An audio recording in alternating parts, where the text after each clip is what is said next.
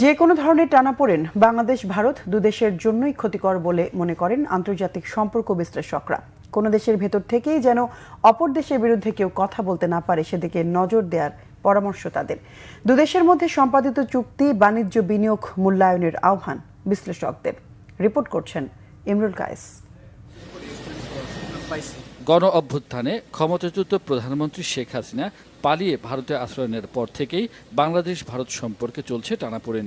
বিভিন্ন সময়ে শেখ হাসিনার অডিও বার্তা দুদেশের সম্পর্কের আগুনে ঘি ঢালার কাজ করছে। সম্প্রতি শিক্ষার্থীদের উদ্দেশ্যে শেখ হাসিনা সামাজিক মাধ্যমে ভাষণ দিলে ভারতের ভারপ্রাপ্ত হাইকমিশনারকে তলব করে প্রতিবাদ জানায় বাংলাদেশ। শেখ হাসিনার এমন বার্তা বন্ধে ভারতকে ব্যবস্থা নেওয়ার অনুরোধ করে ঢাকা।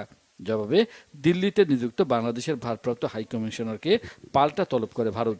শেখ হাসিনার মন্তব্যগুলো তার একান্ত ব্যক্তিগত, এতে ভারতের কোনো ভূমিকা নেই জানিয়ে বলা হয় বিষয়টি ভারত সরকারের অবস্থানের সঙ্গে জুড়ে দেয় দ্বিপক্ষীয় সম্পর্কে প্রভাব ফেলবে।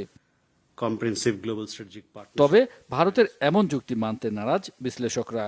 বলছেন বড় দেশ হিসেবে ভারতকেই সম্পর্ক স্বাভাবিক রাখতে দায়িত্বশীল হতে হবে। বাংলাদেশ বিরোধী কথাবার্তা বললে তারা যুক্তি দিচ্ছেন গণতন্ত্রের, কিন্তু আমরা তো এরকমও দেখেছি যে ভারত সম্পর্কে বাংলাদেশি কোনো ছাত্রছাত্রী ভারতে কথা বললে তাদেরকে ডিপোর্টেশনও করে দেওয়া হচ্ছে। সুতরাং দায়িত্বশীল আচরণের যেটা আমরা মনে করি যে কূটনৈতিকভাবে বলেন পলিটিক্যাল শিষ্টাচার বলতে যে জিনিসগুলি বোঝায়, সেগুলি আমার মনে হয় বিজেপি এবং বিজেপি সরকারের অধীনস্থ যারা আছেন তাদেরকেই দেখাতে হবে। দুদেশের নেয়া পদক্ষেপের ভিত্তিতে ভবিষ্যৎ সম্পর্ক মূল্যায়নের আহ্বান আন্তর্জাতিক বিশ্লেষকদের।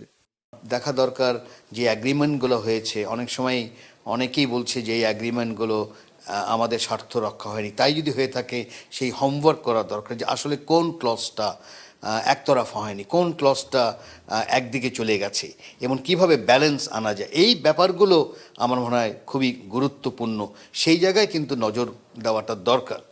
প্রতিবেশী দেশ হিসেবে ভারত গণতান্ত্রিক বাংলাদেশ দেখতে চায় বলে মনে করেন তারা। নেগেটিভ কথাবার্তা। ইমরুল কায়েস, বাংলা ভিশন, ঢাকা।